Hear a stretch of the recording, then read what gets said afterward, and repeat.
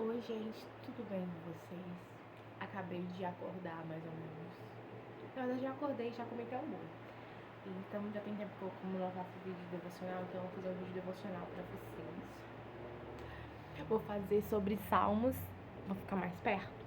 Vou falar sobre Salmos, capítulo 32. Esse aqui. Por que eu vou falar de Salmos? Porque antes eu tava lendo Apocalipse. Aí eu terminei a leitura de Apocalipse e eu fui para Salmos e Isaías. Mas o devocional vai ser feito mesmo a partir de Salmos 32. Mas antes eu tenho que ler os Salmos, né? Como é que você vai saber que realmente está escrito aqui? Você pega a sua Bíblia também para você saber. Só que na minha Bíblia, não sei se na sua vai ser assim, em Salmos 32, aqui, tá vendo? Deixa eu focar. Foca, querida. Tô tentando focar na minha cara também. Gente, não foca de jeito nenhum. Não tá focando. Não está focando. Aqui fala assim: a bem-aventurança de quem recebe o perdão. De Davi. Salmo didático. Salmo didático. O que é algo didático? É algo que é para ensinar. Ou seja, se é algo para ensinar, é algo que vai te passar um conhecimento, uma experiência, que você vai aprender, vai absorver aquele conhecimento e aquela experiência.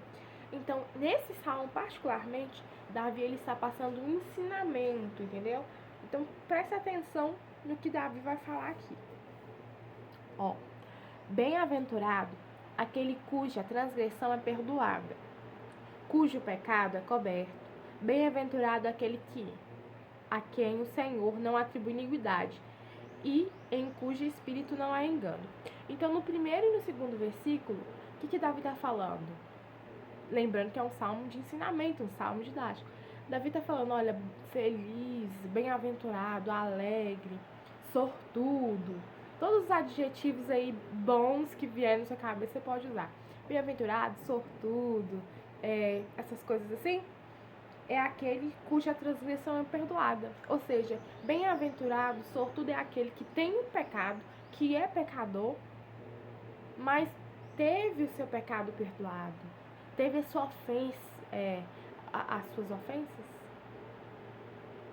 Vocês entenderam? Teve as suas coisas más perdoadas. No 2 também fala.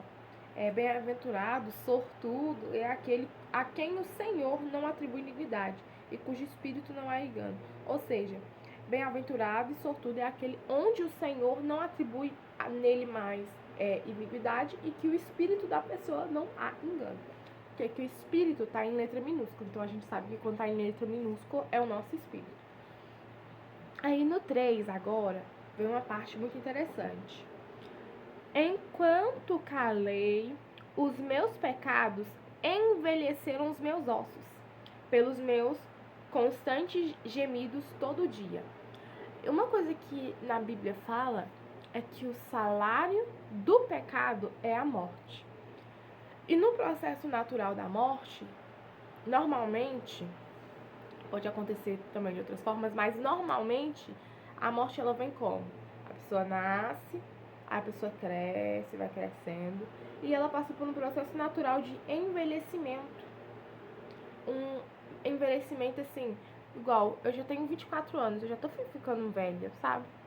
Tipo, as minhas marcas de expressão já estão marcando porque eu já estou, né? Estou com 24 anos, fiz 24 anos em novembro, depois vou fazer 25, vai aparecer depois vai começar a aparecer os cabelinhos brancos. Um processo assim, natural aos poucos, mas no processo de morte, de envelhecimento do pecado, é algo que dói.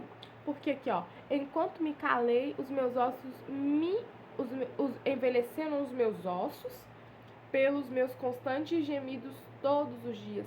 Ou seja, por conta do pecado, ele ia envelhecendo, ele ia adoecendo, ele ia ficando fraco, ele ia perdendo as suas forças por causa dos pecados que o oprimiam, dos pecados que causava para ele a angústia de gemidos, que ele ficava, nossa, eu fiz isso, eu pequei, porque Davi era uma pessoa que conhecia a palavra de Deus, ele sabia que ele estava no pecado. E o 4. Porque a tua mão pesava dia e noite sobre mim, e o meu vigor secou, como no calor do verão. Ou seja, ele pecava, ele fazia as coisas erradas, e a mão do Senhor estava sobre ele. Então a mão do Senhor pesava sobre ele. Ele sabia que ele estava fazendo errado, ele sabia que a mão do Senhor estava sobre ele. E aqui fala também que o vigor. O que é vigor? Vigor é aquela coisa nova, sabe? Igual assim, ó. Estou nova. Aí o vigor secou, ficou velho. Por quê? Porque a morte naturalmente passa pelo processo de envelhecimento. Então ele estava passando por um processo, porque o salário do pecado é a morte. E o 5. Agora o 5 vem a solução de tudo. Confessei-te o meu pecado e a minha iniquidade não mais ocultei. Eu disse. Ele disse para quem? Ele disse para ele mesmo, ele disse para a alma dele. Confessarei ao Senhor as minhas transgressões. Aí, vírgula. E tu perdoaste a iniquidade do meu pecado.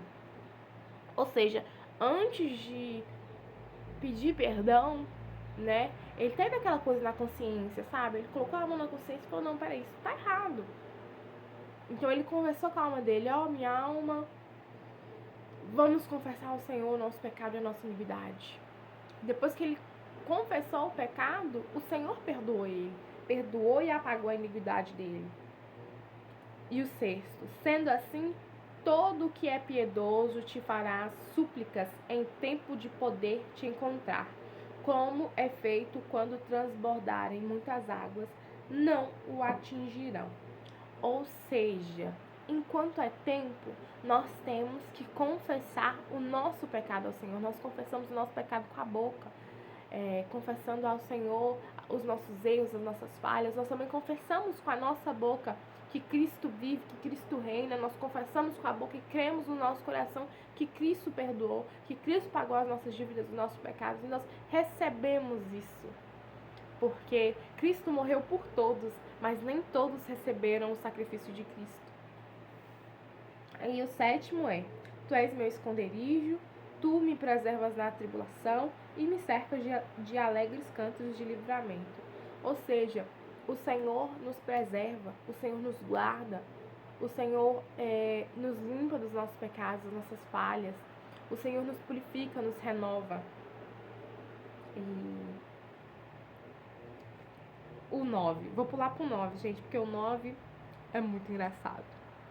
Não sejam como o cavalo ou a mula, que não tem entendimento, que são dominados com freios e cabrestos, e do contrário, não obedecem a você. Ou seja, o cavalo, a mula, quem tem cavalo e tem mula, coloca aquela coisa assim na boca para o cavalo ir para onde a pessoa quer, para o cavalo parar, essas coisas. E mesmo assim, corre do animal não querer obedecer. Então a gente não pode ser assim. Nós temos o Senhor que guia a nossa vida, nós temos o Espírito Santo que mora dentro de nós. Então se Jesus fala para você, não faça isso, você não faz. Se o Senhor colocar no seu coração a vontade de confessar pecado, confesse na hora, porque o Senhor te trará perdão e remissão pelos seus pecados. E o 10 vou ler agora o 10 e o 11. Só o 8 que a gente não leu, gente. Porque aí o 8 fica segredo pra você tomar vergonha na sua cara, pegar a sua Bíblia e ler. Muitos são os sofrimentos do ímpio, mas o que confia no Senhor, a misericórdia o cercará. 11. Alegre-se no Senhor e regozijem-se, ó justos. Exultem todos vocês que são retos de coração. Ou seja, vamos nos alegrar em Jesus e vamos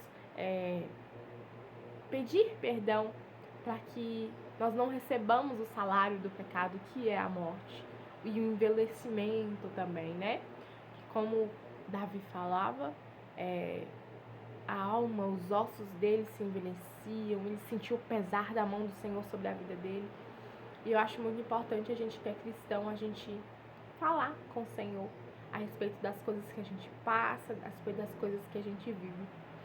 E que o Senhor possa ter misericórdia de nós e que Ele possa derramar o Espírito dele sobre nossas vidas, para que a gente tenha discernimento e a gente busque na palavra do Senhor livramentos, que a gente busque na palavra do Senhor a justiça, que a gente busque na palavra do Senhor o domínio próprio, a longanimidade, para que o Espírito Santo se manifeste nas nossas vidas e nós possamos ser cristãos que são semelhantes a Cristo. Beijo, falou.